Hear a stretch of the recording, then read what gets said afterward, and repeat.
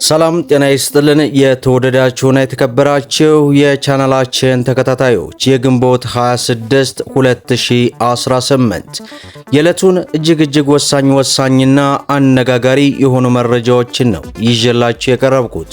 በቅድሚያም ዋናዎቹን በማስቀደም ጀምራለሁ። ከፊታችን ወር ሰኔ 9 2018 ጀምሮ ተቋርጦ የነበረውን በረራ በተመለከተ የኢትዮጵያ አየር መንገድ እንደሚጀምር በዚህ ሰዓት ይፋ አድርጓል። የትኛው በረራ ነው? በዝርዝር ወደ እናንተ ይዘናል። በሌላው መረጃችን ከቪዛ ጋር በተያያዘም አነጋጋሪ መረጃ ወጥቷል።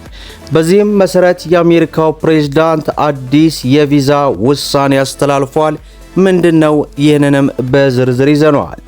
በሌላው መረጃችን እጅግ ከፍተኛ ጥንቃቄ ልታደርጉበትን የሚገባ መግለጫ በዚህ ሰዓት መንግስት ይፋ አድርጓል። በዚህ መግለጫ መሰረት እጅግ በርካታ ኢትዮጵያኖች ገንዘባቸውን እየተበሉ ስለሆነ ከፍተኛ ጥንቃቄ እንድታደርጉ ሲል ይፋ አድርጓል። ይህንንና መሰል መረጃዎችን ወደ እናንተ እናደርሳለን። ቪዲዮን ላይክ፣ ቻናሉን ሰብስክራይብ እያደረጋችሁ እስከ መጨረሻው ድረስ ተከታተሉ። በቅድሚያ እጅግ በርካታ ኢትዮጵያኖች ገንዘባቸውን እየተበሉ ስለሆነ ከፍተኛ ጥንቃቄ አድርጉ ሲል መንግስት ይፋ አድርጓል። ኢትዮጵያኖችን ለስራ ዕድል ተጠቃሚነት ወደ ካናዳ ለመላክ ፊውቸር ፊት ኢንተርናሽናል ከተሰኘው ድርጅት ጋር የተፈራረመውን ስምምነት ተከትሎ ዜጎችን መላክ እንደተጀመረ በማስመሰል በሚያጭበረብሩ አካላት ላይ ገንዘብ የተጭበረበሩ ሰዎች መኖራቸውን አውቀናል ማለቱን የሥራና ክህሎት ሚኒስቴር ለቲክቫ ኢትዮጵያ ገለጸ። ሚኒስትሩ ከካናዳ ቀረበልኝ ባለው ጥያቄ መሰረት ወጣት ባለሙያዎችን ወደ ካናዳ ለሥራ ለመላክ ከድርጅቱ ጋር በቅርቡ ስምምነት መፈራረሙ ይታወሳል።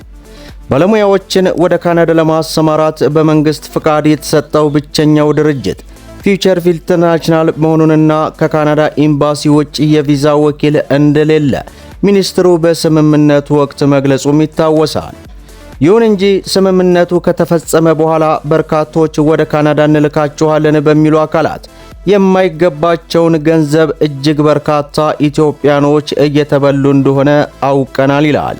በዚህም ሚኒስትሩ የሰጠው ምላሽ ስምምነት ተፈረመ እንጂ ወደ ካናዳ የሚልክ መንግስት የሚያውቀው እውቅና የሰጠው ኤጀንሲ የለም ያለው ኃላፊው ገና የመላክ ስራ አልተጀመረም፣ ሲጀመር መንግስት እከሌ የሚባል ኤጀንሲ ካናዳ ላይ ፍቃድ ወስዷል ብሎ እንደሚያሳውቅም ገልጸዋል። በዚህ ወቅት መላክ ስላልተጀመረ የሚላከው ህገወጥ ነው፣ ህገወጥ ላይ የሚሳተፍ ማህበረሰብ መኖር የለበትም፣ ክፍያም መከፈል የለበትም፣ አብዛኛው አስከፍለው እንልካችኋለን ብለው ማስታወቂያ የሚሰሩት ከባድ ስህተት እንደሆነም ገልጸዋል። ቲክቫ ኢትዮጵያም የጠየቀውን ጥያቄ እያጭበረበሩ ያሉ ድርጅቶች የተጭበረበሩ ዜጎች እንዳሉ ፈትሸው እንደሆነ ማብራሪያ የጠየቋቸውን ኃላፊ ገንዘብ አስከፍለው ተበልተው ወደ ሥራ እና ክህሎት ሚኒስቴር የመጡ ሰዎች እጅግ በጣም ብዙ ናቸውም ብለዋል። ከፌዴራል ፖሊስ ጋር ሆነው ገንዘብ የተቀበሉ ሰዎች ላይ ክትትል እየተደረገ ነው፣ ጥቆማዎችም እየመጡ ነውም ብለዋል። ተጭበረበርን ብለው ያመለከቱ ዜጎች ብዛት ስንት እንደሆነ ስንጠይቃቸው ግን ቁጥራቸውን ከመግለጽ ተቆጥበዋል ያለው ቲክቫ አቶ በዛወር ከተማ ስምምነቱ ተፈረመ ማለት ባለሙያዎችን ወደ ካናዳ መላክ ተጀምሯል ማለት እንዳልሆነ በማወቅ ማንኛውም አይነት ግለሰብ ከዚህ አይነት ድርጊት ራሱን እንዲቆጥብ ሚኒስትሩ በዚህ ሰዓት ለቲክቫ ኢትዮጵያ ባወጣው መግለጫ ተመልክተናል። በሌላው መረጃችን ከቪዛ ጋር በተያያዘ የአሜሪካው ፕሬዝዳንት አዲስ ውሳኔ አስተላለፈ። የአሜሪካ የውጭ ጉዳይ ሚኒስትር በአፍሪካ አህጉር የሚገኙ የቪዛ ማስተናገጃ ማዕከላትን ቁጥር በከፍተኛ ደረጃ ለመቀነስ መወሰኑን ይፋ አደረገ። ይህ አዲስ መመሪያ የትራምፕ አስተዳደር በስደት ላይ የጀመረውን ጠንካራ የቁጥጥር ፖሊሲ ይበልጥ ለማጥበቅ ከሚደረጉት ጥረት የተያያዘ ነው ተብሏል።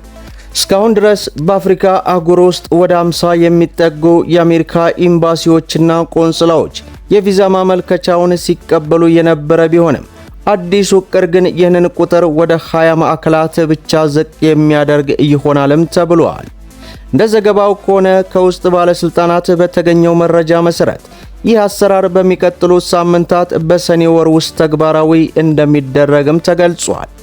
በውጭ ጉዳይ ሚኒስትሩ በጸደቀው በዚህ መመሪያ መሰረት የኢትዮጵያ ዋና ከተማ አዲስ አበባ ሙሉ የቪዛ አገልግሎት መስጠቷን እንድትቀጥል የተመረጡት 20 ጥቂት ማዕከላት መሆኗን አንዷ መሆኗ ተገልጿል። ይህ ማለት በኢትዮጵያ የሚገኙ አመልካቾች ያለምንም እንግልት መደበኛ የቪዛ አገልግሎታቸውን ከአዲስ አበባ ማግኘት እንደሚችሉም ተገልጿል።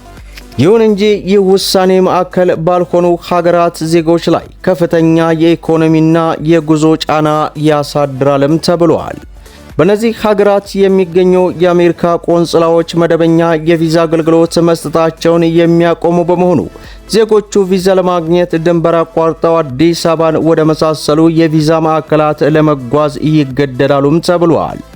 ይህም ተጨማሪ የጉዞ ወጪና የጊዜ መዘግየትን የሚያስከትል መሆኑን ዘገባው የጠቀሰ ሲሆን ይህ በእንዲህ እንዳለ አገልግሎታቸውን በሚቀንስባቸው ሀገራት የሚገኙ ኤምባሲዎች ሙሉ በሙሉ የማይዘጉ ሲሆን ለአሜሪካ ዜጎች የሚሰጡ ድንገተኛ ድጋፎችና ልዩ የዲፕሎማቲክ ጉዳዮችን ማስተናገዳቸው ይቀጥላሉ ማለቱን በዚህ ሰዓት ዘገባው አስነብበዋል። በሌላው መረጃችን ከፊታችን ሰኔ 9 2018 ጀምሮ ተቋርጠው ስለነበረው በረራ የኢትዮጵያ አየር መንገድ እንደሚጀምር ይፋ አደረገ። የኢትዮጵያ አየር መንገድ በዚህ ሰዓት ባወጣው መግለጫ መሰረት ተቋርጦ የነበረውን ወደ ኩዌት የሚያደርገውን የበረራ አገልግሎት ከፊታችን ሰኔ 9 ቀን 2018 ጀምሮ ዳግም እንደሚጀምር በዚህ ሰዓት ማስታወቁን ከቲክቫህ ኢትዮጵያ አግኝተናል። በመጨረሻም የኢትዮጵያ መርከብ የሆርሙዝ ስርጥን በሰላም መሻገሯ ተሰማ።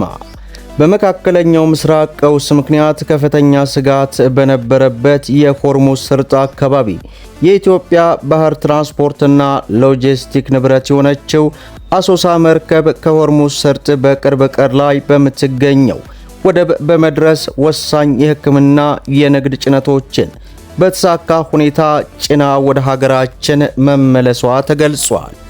ይህ ስኬት የኢትዮጵያን ባህረኞች ቁርጠኝነትና የኢትዮጵያን የባህር ሎጂስቲክ ብቃት በተግባር ያሳየ መሆኑ ተገልጿል።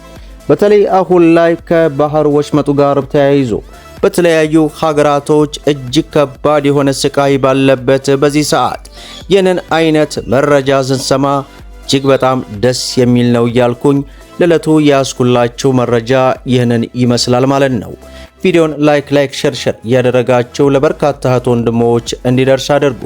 ለቻናላችን አዲስ ከሆናችሁ ሰብስክራይብ በማድረግ እንዲሁም በየዕለቱ የሚለቀቀው መረጃ እንዲደርሳችሁ የኖቲፊኬሽን ማብራታችሁን አትዘንጉ እያልኩ ለዛሬ ያስኩላችሁ መረጃ ይህን ይመስላል። እስከ ፍጻሜው ድረስ አብራችሁን ስለቆያችሁ ልባዊ ምስጋናችንን እየሰጠን በሌላ ቪዲዮ እስከምንገናኝ ወሰላሙ አለይኩም ወራህመቱላህ